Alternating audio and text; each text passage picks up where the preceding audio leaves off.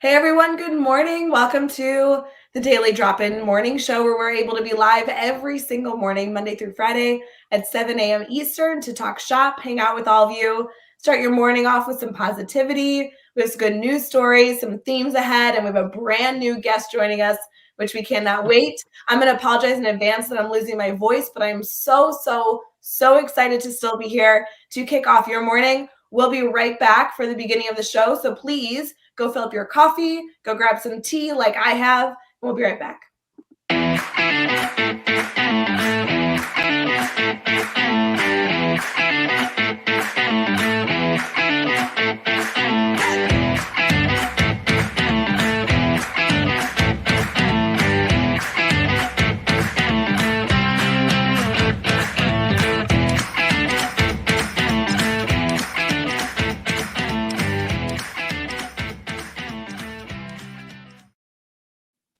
Hey everyone, good morning. We are so thrilled to be here for the Daily Drop-In Show.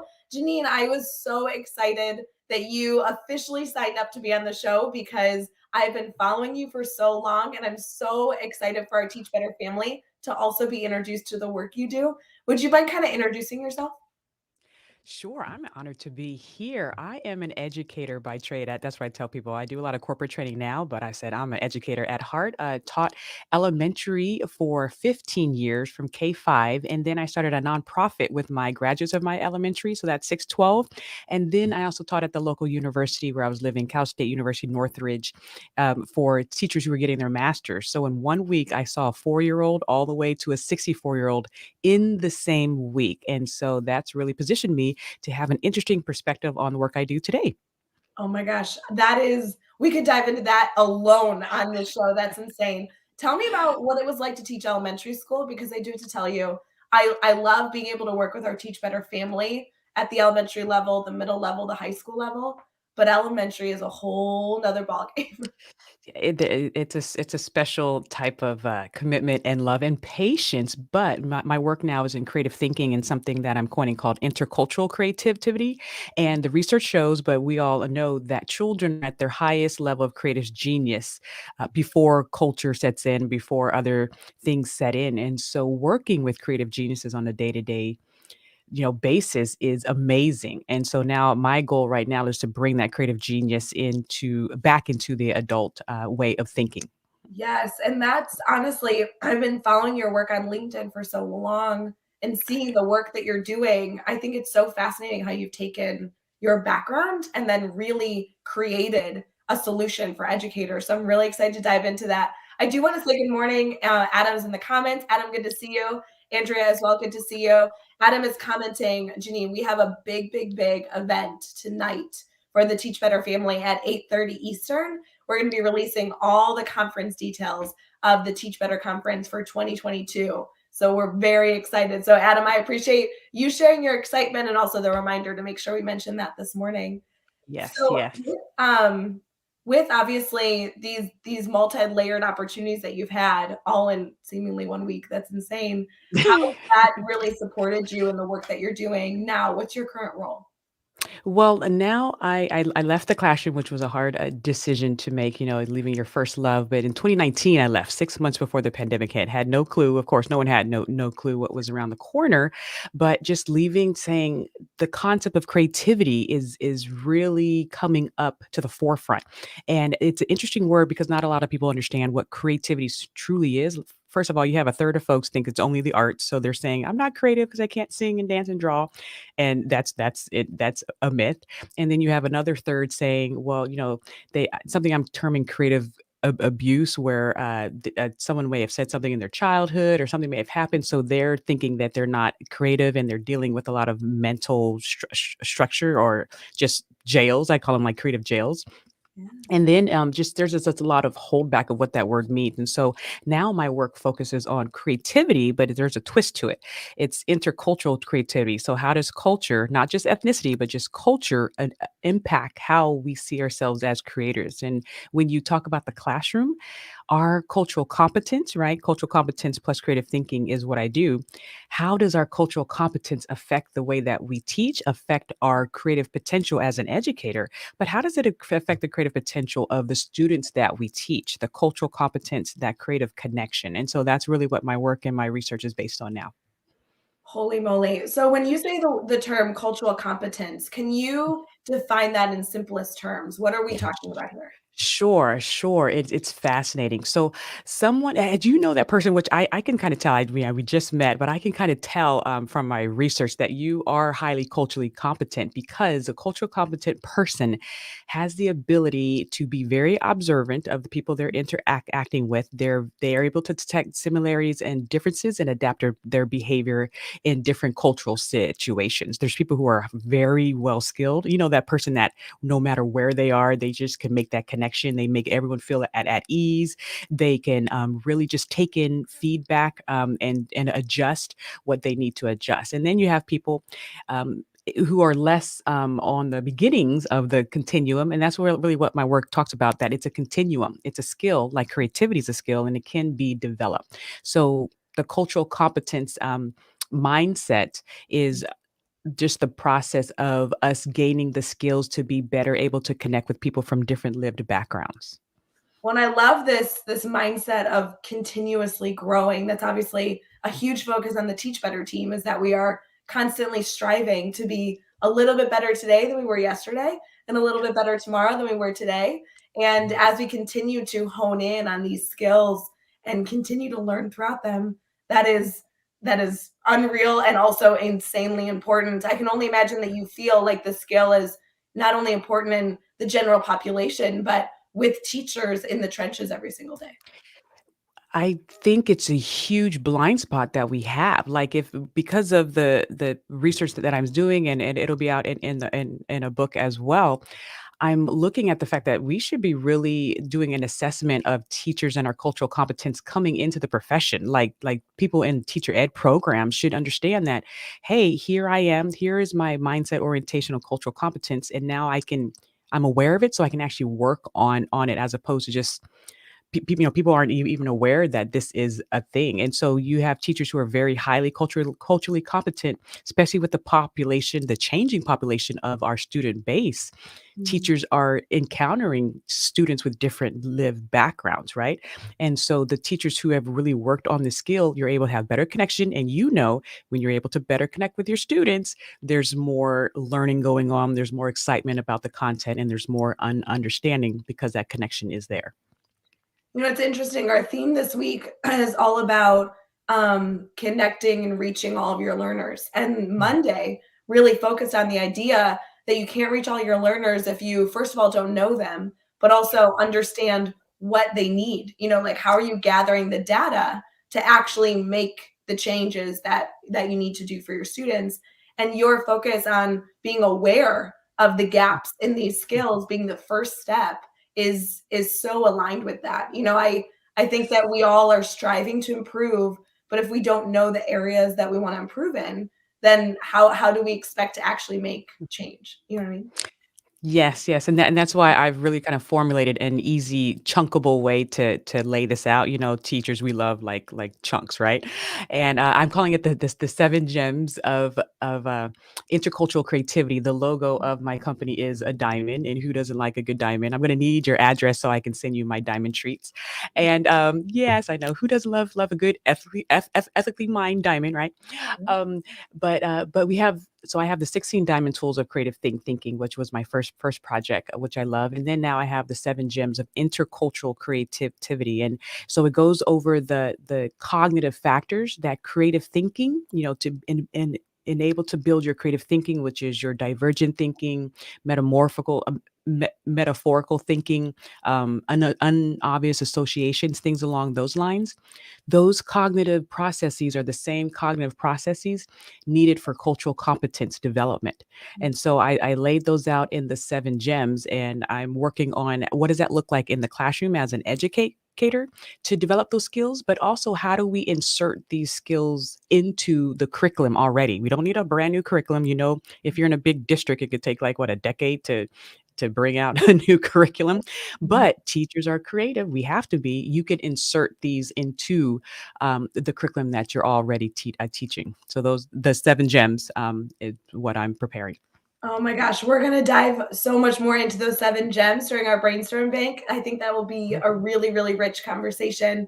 Before we transition to our good news, though, we do have a question in the chat by Dr. Dave Schmittou, who is a wonderful friend, member of the Teach Better family. I'd love to address this. He says, how does one balance cultural competence with also being their true self and not seen as a manipulator? This is such a powerful conversation. Thank you, Dave. I love this question because a cultural competence is a mindset. So it's something that you're aware of. If you're aware of the work of Carol Dweck with the growth mindset and fixed mindset, right? Of just how some people have the mindset of, okay, I tried it, it didn't work. Let me go back to the drawing board and let me keep going. And some people may have a fixed mindset. Of course, that's a continuum as well. And you need to be mindful of that. But okay, I tried it, it didn't work. I'm done. I can't do it, or I can't do math, right? That's like, or if I don't get a straight A, then that's it. It's just not me. You're either born with it or you're not. So you have those two extremes on that. And cultural competence is the same way. If I am in let's say a classroom setting, and I have some students maybe from an Indian culture, we'll go ethnicity and nationality, and because I personally I feel I'm highly on the cultural competent orientation mindset, which if you look up the IDI, the interculturally development inventory, and the intercultural development continuum, it shows you the levels of the mindsets. I know that there's things that I can do to really connect with that student group. I could do my own research. I could look at commonalities and similarities from my culture and their culture. I can see those connections, and I can be mindful of our differences and see where these aspects come up in the curriculum already. And so my brain, my creative brain, is already trying to make those connections so my students feel seen. I have those entry points. I talk a lot about entry points into the curriculum that the students can really communicate their lived experience and their values already through the curriculum. And so if I have a very monocultural mindset, I'm like, okay, here's the curriculum. I don't really care who you are. Here it is. Learn it. I make no attempt to see where those natural connections are. And in order, like you said before, in order for us to do that well, we have to know our students, and we have to do some background research on our own of what is their lived experience, what is their family's lived experiences and ethnicity, nationality, but also personality, those psychographics in play. We have to do some research to get to know our students so we can start to see those natural connections within our work and the curriculum and their student lived experience. Oh, there's so much to unpack here. I'm so excited to continue this with our brainstorm bank.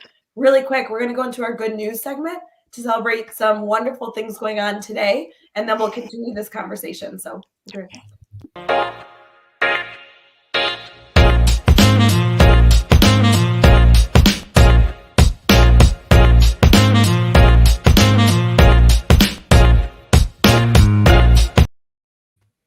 Hey, friends, welcome to Daily Drop-In. We are already like 13 minutes in and real deep into this dialogue and cannot wait to continue it. I apologize for my voice. I'm going to do everything I can to bring you as much energy, even though, Janine, to be honest, you just are speaking so much value into this show that I'm just going to sit back and not talk and just have you take over, which is exactly why we're here. I will say we do have some holidays that we're going to celebrate today, some good news stories that we're going to celebrate today. So we'll do that really fast. You know, Janine, we love to celebrate a good holiday here on the Teach Better team. And so there are a lot of goofy ones today that I think are good to touch on. One is that, and I'm not sure if you are a cat lover or a dog lover, but it is National Black Cat Day today, which seems kind of good for the week of Halloween, don't you think?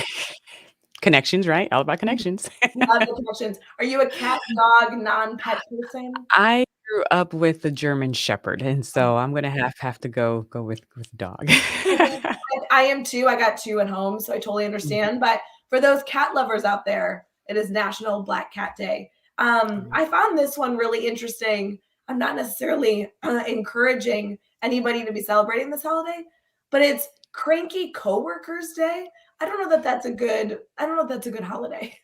If you look at it through the lens of who am I interpreting possibly as a cranky coworker, and how can I say an encouraging word to brighten their day? There you go. Oh my God, see, this is why I needed you here. I love that. So, Dave Schmidto, you'll be getting a text from me later because you are my person that I think of as a cranky coworker. Just kidding. It's also National Mentoring Day. That's a wonderful opportunity for us to reflect on not only being thankful for the mentors that we've had in our life, but continue to foster a mindset that we can all be mentors to each other. So I hope that you all choose to celebrate National Mentor Day as we move forward with this incredible Wednesday, October 27th. It's finally here. As far as a good news story, this one will be really quick. I thought this would be a wonderful opportunity to bring an article to our students throughout the day.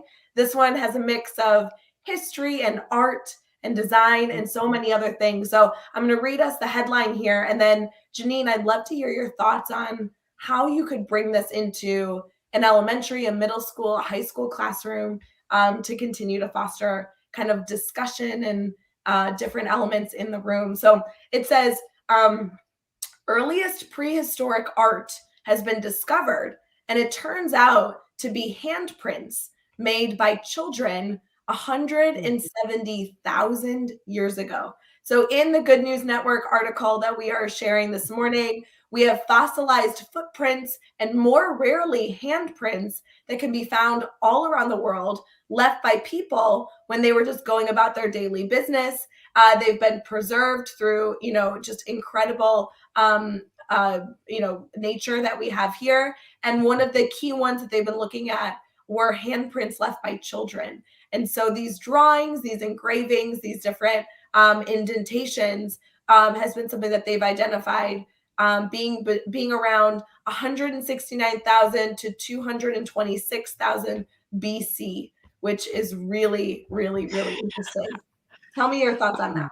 That is amazing. Now, so when I say, creativity isn't only artistry, it's so much more, I'm really big about that. But I also make the case that artistry is critical. Because artistry strengthens your ability to think more creatively. And when you think about what artistry is, it's another form of communication. It communicates ideas. And so people who have, and children who have a background in the arts or training in the arts, they're able to do a concept we call translation in creative thinking, which is taking one idea and translating it to another mode of communicating an idea. Like you can have a musical idea or have someone communicate an idea through dance. So I love that example you shared because people who lived, many, many years ago are still communicating with us. What does it mean to be alive? It means to be transferring ideas, right? Like Maya Angelou has passed physically, but is she still alive? Because I can still read her book, I can still watch her videos, I can still learn from her. And so these children that left this artwork, that's powerful, and we want to empower our next generation to do the same, that you can communicate your ideas, your wisdom, your genius, not just through the written word, but through so many, many forms, and to have it fossilized for those yet who aren't not even here. What a powerful position to give our kids. Oh, it's so fun. I think there's so many different lessons that you can incorporate this article into. And I love that your focus on storytelling, your focus on life is actually a really interesting perspective to bring to the classroom.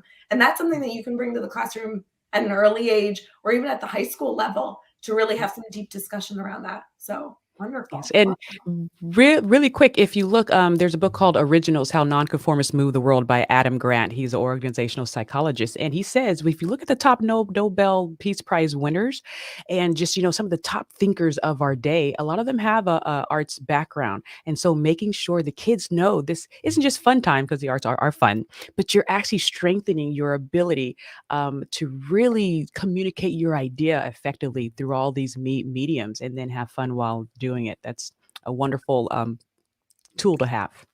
Well, and your mindset that you've been able to bring, even just so far, 18 minutes into the show, on the fact that art is not just this fluffy thing that some people do, but really an intentional experience that every Mm. single person can participate in, is really something that I want to dive into, especially as you continue to share with us the research and the work that you do. So we're going to transition here into our brainstorming section and get really into the nitty-gritty of our conversation this morning. And then don't forget, friends, it's Wednesday, October 27th. So we also have some recommendations for you to continue your exploration for this week. So we'll be right back.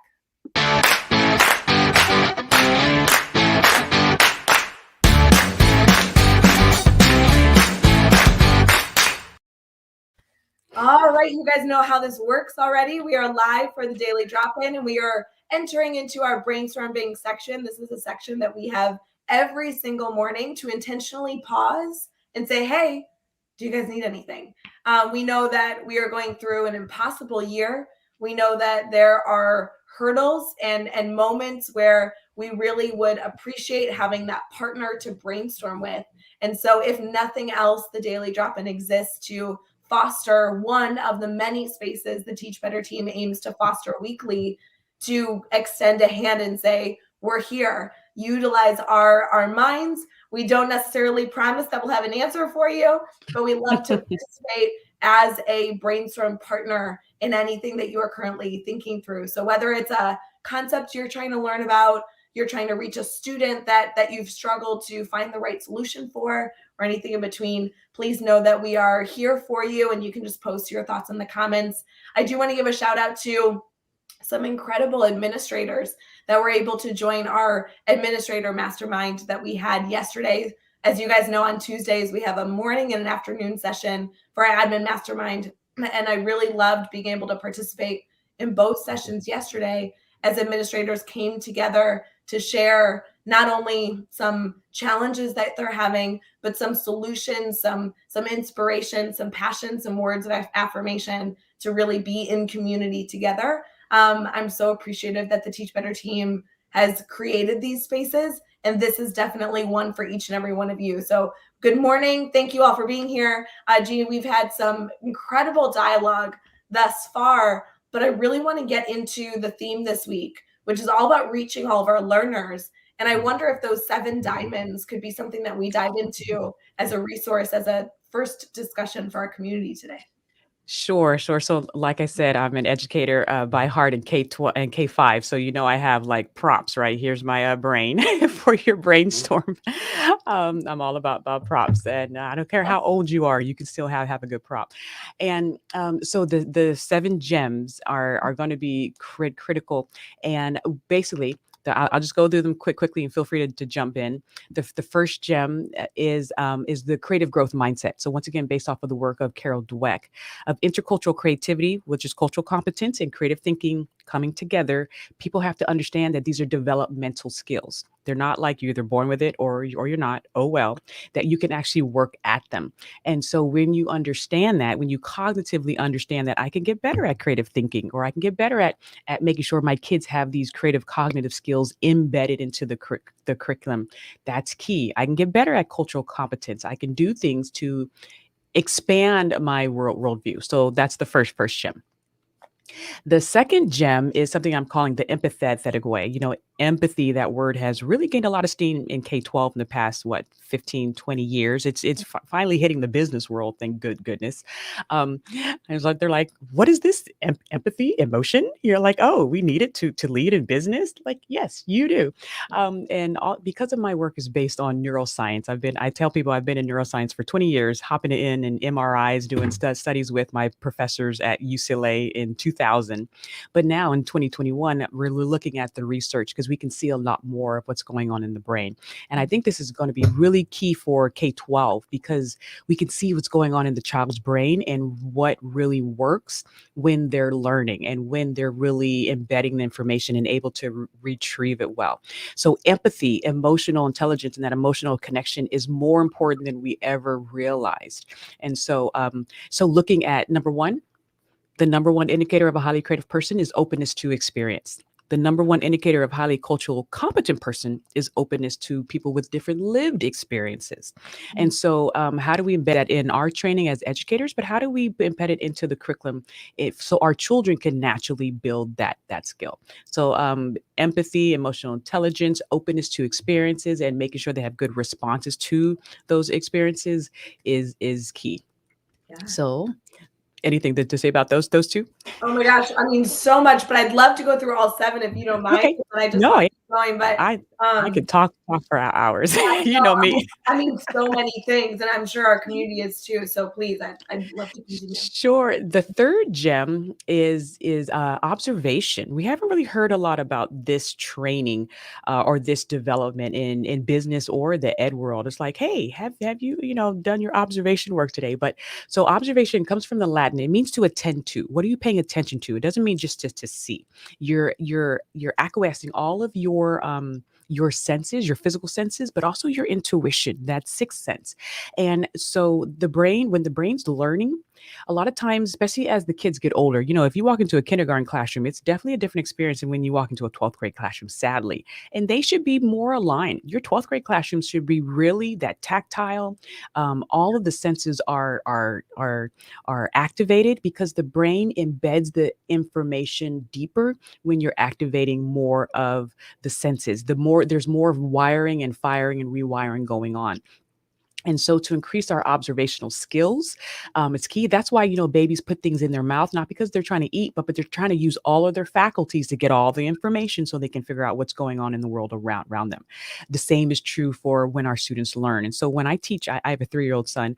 When I teach him, I'm cooking, a good teacher can say cooking. Okay, there's math in there. There's chemistry, all those connections.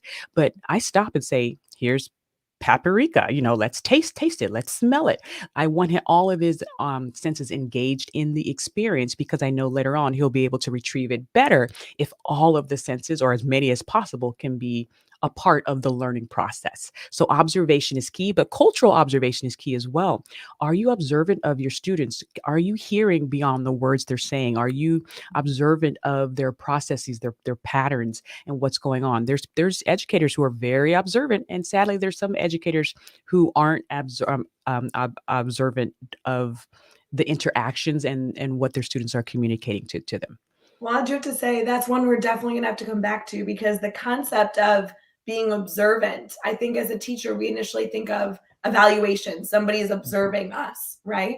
And this is a dialogue around, no, truly, as an educator, how are we utilizing the skill of observation to reach our students? And we're gonna have to go back to that one. That one's good. Yes, and to teach them how to be good observers as well, right? Because it's always about me, and then how do I transfer to them? Because you can't. Miles Davis said, no, Charlie Parker, the saxophone said, you can't live it if it does, or you can't blow it out your horn if you haven't lived it yourself. So teachers have to live this themselves before we can really make sure our students are excellent in it as well. And so the fourth one, Curious George, the curious little monkey. Who knew this little monkey had the one trait that CEOs and leaders, and you might want to bring this up in your administrative superintendent's mastermind, Yeah. curiosity. On my podcast, I had the top curiosity researcher out of USC talk about how curiosity is now one of the top traits needed in leadership in order to forethink and be able to plan your organization to be agile and to be ready for what's ever going to come around the corner, the curiosity level of your leadership team. But so what does this look like in creative thinking? How do we improve the curiosity development of ourselves and our students? But how do we improve the curiosity development culturally? We're curious about our students. We're asking questions. We're asking those non-obvious questions. So that is the fourth gem, curiosity. The fifth one is perspective shifting. On my podcast, I had Dr. Michael Platt, who's one of the top neuroscientists in the nation out of the Wharton Business School, and he talked about the ability to perspective shift, which is going to be key for educators because we have a lot of students with a lot of different lived experiences. We have to be able to shift perspective to better see those connections that we can employ within our day for them. And so perspective shifting, it's an imaginative skill, but it's also a cultural skill as well. So there's your intercultural creativity. And so that's episode 666, if anyone wants to go check that out on the Create and Grow Rich podcast. And he is brilliant. But what does perspective shifting look like in the classroom for us as educators? But also, how do we embed that well into the curriculum too? The next gem, the sixth gem, is authentic adaptation. So the ability to adapt, we've all had to adapt this past, 2 years, correct? But what does that look like within our work to be able to adapt to different cultural situations, to be able to adapt in different creativity situations? Creativity is really, it thrives when you have to adapt and see things in a new way.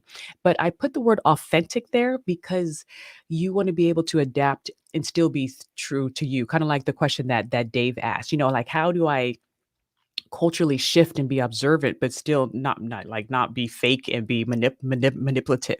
And one of the answers to that is you have to know your core values. Like, I can adapt in a cultural situation, but still know who Janine is, and I still know what I'm about and everything. But I'm still sensitive to the cultural norms that I'm entering into. And so this is a developmental skill. Once again, I'm a developmentalist. And so I'm telling people these are the gems you need, but you can work at them. It's not you either have it or you don't. And the last gem, dun, dun, dun, dun, is something I'm calling being a bridge, right? If you look at the work of Malcolm Gladwell in one of his books called The Tipping Point, he talks about those connectors, those people who are able to sit on the boundaries and they're able to connect different cultures together. Those are the people who you want on your team, in your organizations, in your classrooms, because they're the ones bringing in these new ideas. So people who are bridge builders are highly culturally competent. They're boundary riders and they're boundary spanners. There's a great article by the Creative Leadership, and it talks about the 5 types of boundary spanning, which is people going beyond the boundaries of either the hierarchy level, boundaries of demographics, boundaries of just your customers versus the people inside, or for us, our students, us administrators, stakeholders. Like there's a person that's able to touch all of these areas and make those connections and introduce people and bring in these networks.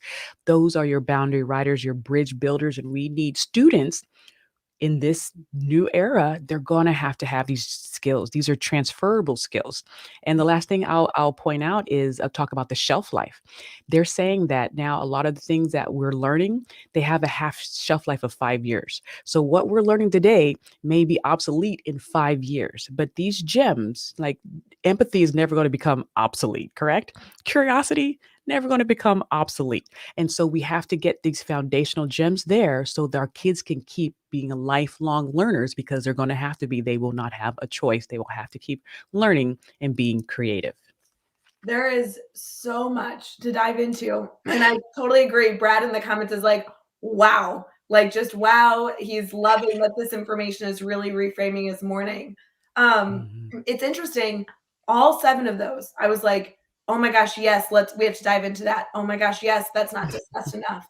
I think the ones that really hit home was the observation, and also number 6 of this mindset that we need to carry, this work that we need to do, these skills we need to foster. But I do have to ask, as we're thinking through this, and I can only imagine our network is going to go back and re-listen to all 7 of those again multiple times. I hope they subscribe and rate and review your podcast, because I know that there's so much to learn here. But with the work that you do, is the mindset that an educator would be striving to grow in all 7 of these areas at once? Do you recommend that they choose one and really dive into it, and then when they feel comfortable that they've instilled habits to continue that growth mindset in that area, they choose another one? How does that work for you? Obviously this is your specialty. Oh, yes, yes. Well, once again, we're educators by heart, but we're also learners by heart as well. And I definitely, the first gem you have to be mindful of. It's difficult to like authentically adapt and perspective shift if you don't even think that you can grow in the skill. So I always say be mindful of the first one, the first gem of that creative growth mindset, not just a growth mindset, but a creative growth mindset. And what does that look like? For yourself as an educator. The cool thing about being in education is I'm the type of person where I would look at like the National Endowment for Humanities summer trips and all these free trips for educators during the summer. I would be writing these short grants and got sent everywhere. Hilton sent me to Japan and Korea to do some curriculum work there. But I didn't know. I just thought I was just going to learn and then doing stuff with my kids. I didn't know I was building my cultural competence at the same time and building the work that I'm going to be doing today. So having that, putting yourself in uncomfortable situations to learn, is key, and that will help that first one. But as far as the other ones, it's until till your tombstone is up, it is a continuous thing. It is a continuous thing. But I would just kind of go in order and keep building. But just because you're working on perspective shifting, it means that the other gems are still already in play. And so, as I write in my book, when you're on authentic adaptation, it sits upon your ability to observe. It sits upon your ability to be curious. It sits upon these other gems. And so they're not exclusive. They're really that sewn in, weaved experience. And you become more aware of it. Now you can say, you know what, today I'm going to go take a walk, or I'm going to talk to a friend in a different field and really get their perspective on things or see how they observe. Okay, now I'm really focused on their observational skill. But it's kind of like just life. There's no compartmentalizing of subjects in life. There's no like 10 o'clock. I'm only going to think about math today, like we do it in the classroom. In life, you think about math all the time. You think about physics all the time because you're interacting with it in real time. And so the gems are the same way. We like to talk about instruction on the Teach Better team every so often as like the perfect deli sandwich, right? You're just laying Mhm, everything on top of each other. This is mhm, like a gem sandwich. I like this. This is way more appealing to me. I love a good gem in my life, and having 7 is like such a robust number. I love that. That's so cool. yes. There's so many different pieces to dive into here. I really, really want, and we'll continue to share your contact information as we get to the end of our Mhm. show. But I really love for all our community to continue to foster their education in this area. One thing I'd love to have you do, if you don't mind, is to think through if there was one major takeaway of somebody listening to Daily Drop In this morning, one major thing you wanted them to consider or challenge them to do. What would that be? Well, the World Economic Forum, not Genein, not Ray, the World Economic Forum said creativity is now the number one skill needed in the workforce. And if our task, right, if the reason we signed up for this position is to educate our students, not to pass the SAT, but to prepare themselves for a life well lived, we need to be cognizant of that fact. And so for us, the preparers, the pipeline preparers of these next generations, to be cognizant of the fact of what is creative thinking, what does it look like, how can I embed it in the curriculum, but how can I embed it in myself, because they will not be or do or become what they can't see. And so when I act out and when I do things, when I put myself out on the limb, I have a speech impediment. I don't know if you've heard throughout the show, but I went through special education for years, special speech therapy for years, elementary school. And shout out to all my special ed and speech therapists out there. I am a result of your work. And now I'm an international speaker. But um, for me to get on that, from that speech therapy room to that TEDx stage, I practiced in front of my students. They sat down and I practiced my TEDx speech because I needed them to see that you don't just show up and it's like, "Whoa, here I am, perfect." It's a struggle. And so I was very open with my struggle with different things, and that taught my kids on the back end, right? It wasn't official curriculum. It was, hey, if Miss Leffler can do this, if Miss Leffler can get on stage and speak about this important ideal worth sharing, and she stutters, then you know what? There's nothing that can stop me. And so I look for those teachable moments. We know that term within, embedded, those gems embedded in, because it shows how the gems show up. It shows, perseverance, emotional intelligence, curiosity, perspective shifting. I just wanted to make sure those gems came alive authentically in my work and for my students, because they need to be creative and they need these skills in order to survive in this new era, especially after this pandemic. Creativity is needed the most. Oh, what a great challenge, a great mindset to carry. We are going to transition here into some recommendations, and not just recommendations from us, but recommendations that we'd love for everybody in the Teach Better family to continue to learn more about these topics, continue their exploration. We've talked a lot about being a learner today, and we're just going to continue with that theme. So give us 1 second.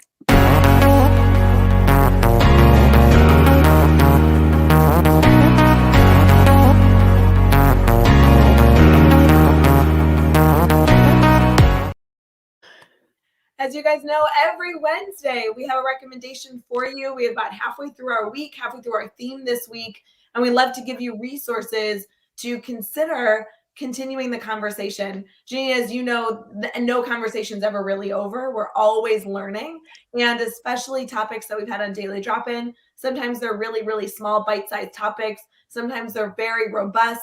And regardless of the topic, if it sparks interest, if it sparks any sort of creativity within the teachers that we're working with, we want them to continue to foster their learning in that area. So one thing I've really loved in our conversation thus far is you've not only shared your passion, your heart, your soul, your insight into these concepts, but you also know that everything that you're doing is backed by research, backed by other educators, other people looking into these concepts, right? This is something that you are really in community to bring to the world and better not only educators, but just people holistically. I'd love for you to share a resource or two that you really feel like would be valuable. It can be a podcast, a book, a article, kind of whatever you think our community might benefit from utilizing as a resource as they continue their exploration. Yes, well, I'm gonna give a external one, and then I don't know if I can share some of mine as Please, well. I don't know. please, I would love Okay, to hear so, both of those would um be great. okay, well, first of all, but a lot of my external resources are already on my podcast because I bring the top creative thinkers, but also that so it's a lot of business as well. So, but administrators, people running or leading adults, and then I have a few on there for educators. I'm going to be posting a few more that are K-12 oriented. But if you're looking for the neuroscience and also just how people learn, that's a great way. So it's Create and Grow Rich, kind of off of the Think and Grow Rich. But we look at also how your creative health affects your financial wealth. So I talk a little bit about entrepreneurship and how I embed some of these concepts of entrepreneurship, these entrepreneurship type skills into the learning experience, you know. And then my research, like I said, I have a 3-year-old son, and him and I just co-authored a book called I Am Creative, which I will have to send you a copy. Oh my You gosh, I congratulations, you won. But this is on JanineLetford.com. And so I strategically love and he co-authored the book. So which means of course he's 3, so he can't like sit down at a typewriter, but he is being creative in his own right. And I'm just observing it and then showing people how something that I call the 16 diamond tools of creative thinking. I don't know if you can see this. This is a mini book, and I'm writing the extended book now. But just the 16 mental cognitive diamond tools that come up in creative thinking, I saw him do it automatically. And that's why I said, just watch the children naturally. And they're showing creative skills, but it's in poem form, and it's all the diamond tools of just how he goes throughout his day. But at the end, I talk to the teachers and the parents. So if you have children of your own, this is very important. And I say, okay, well, here's what's going on in his brain. Here's what's going on, and be mindful of it. Because sadly, as adults, sometimes we do squash their creativity without even knowing it. You know, we squash their curiosity without even knowing that we're doing it. And so I wanted to highlight this within a natural setting so we could be more aware of what creative thinking looks like and we can develop it as opposed to accidentally squash it. So there's that resource that's on JanineLetford.com. And the Create and Grow Rich you can find on, Apple Podcasts. And then an external one is just Dr. Daniel Siegel. He does a lot of neural psychiatric brain science of what's going on in the teenage brain, right? Any high school teachers out there, that's a interesting time of life.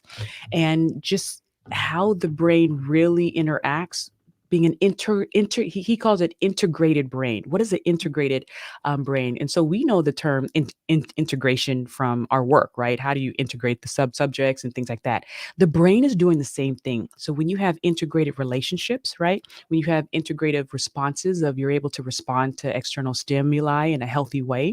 My 3-year-old, he's 3, but I use brain terms. I'm like, it seems like we need to take a breath, stop, and let our prefrontal cortex really help us make a better choice. Of course, his prefrontal cortex is still growing because it's not as full size at that age, but he's becoming aware that, hey, I have control of this. I can use my brain to control my emotional reactions when I don't get my way and throw a tantrum. If you learn that at 3, I know some 33-year-olds who don't know how to do that. right?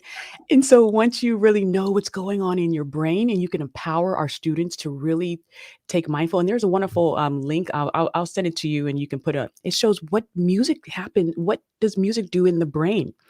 It interacts with both hemispheres at the same time. And that's why I say when we strip the arts from our kids, you're not just stripping away music time or dance time or visual art time.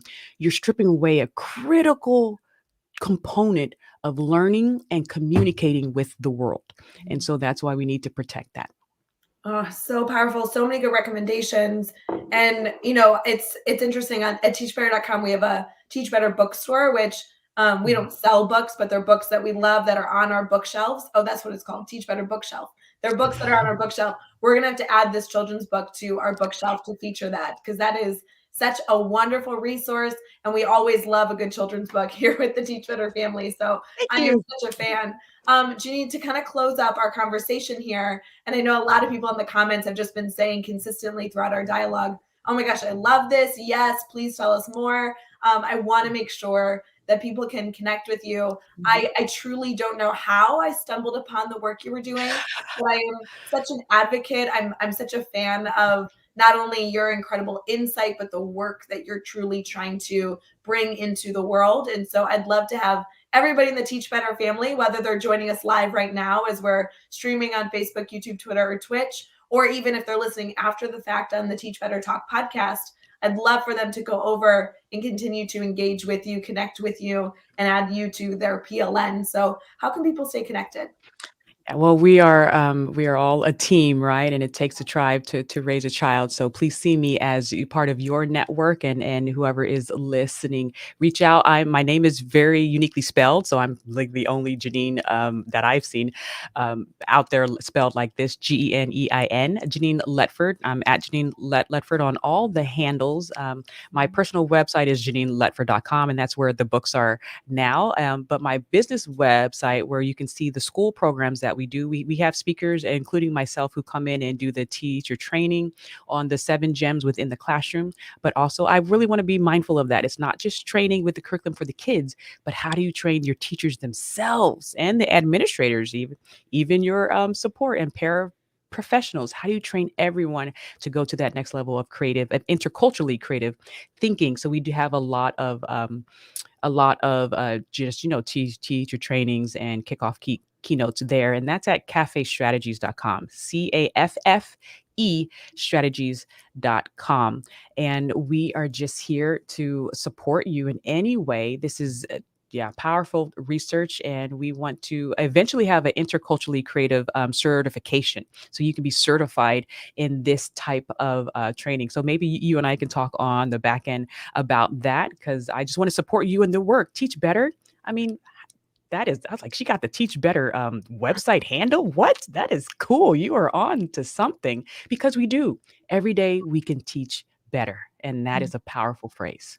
Oh, Janine, I know that I started this off with no voice, but I am so glad you were live with me this morning because I know our community is just going to soak up all the information here and continue to connect with you through all these different ideas and the work that your team is doing. I just know that everybody's going to go dive in and connect with so many good resources and people. So I really appreciate that about you. We are going to wish everyone here a beautiful Wednesday. Remember, I know we say this every single morning, but as you enjoy your last sip of coffee and head into your busy day ahead, just know this is going to be the best day, best Wednesday you've had. It's October 27th. This is a day that I have been waiting for so long because we are announcing our Teach Better conference details tonight at 8:30 Eastern. So please join us live right here, same place. We'll be live this evening at 8:30 Eastern to share the date, the location, and the registration details, as well as anything else that you guys bring to the conversation in the comments. So please let us know what questions you have, and please continue to join our community tonight. Janine, thank you for your time. We're going to stay right here and say goodbye to everybody else.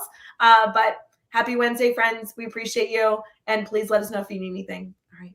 Thank Bye, you so friends. much. Yeah.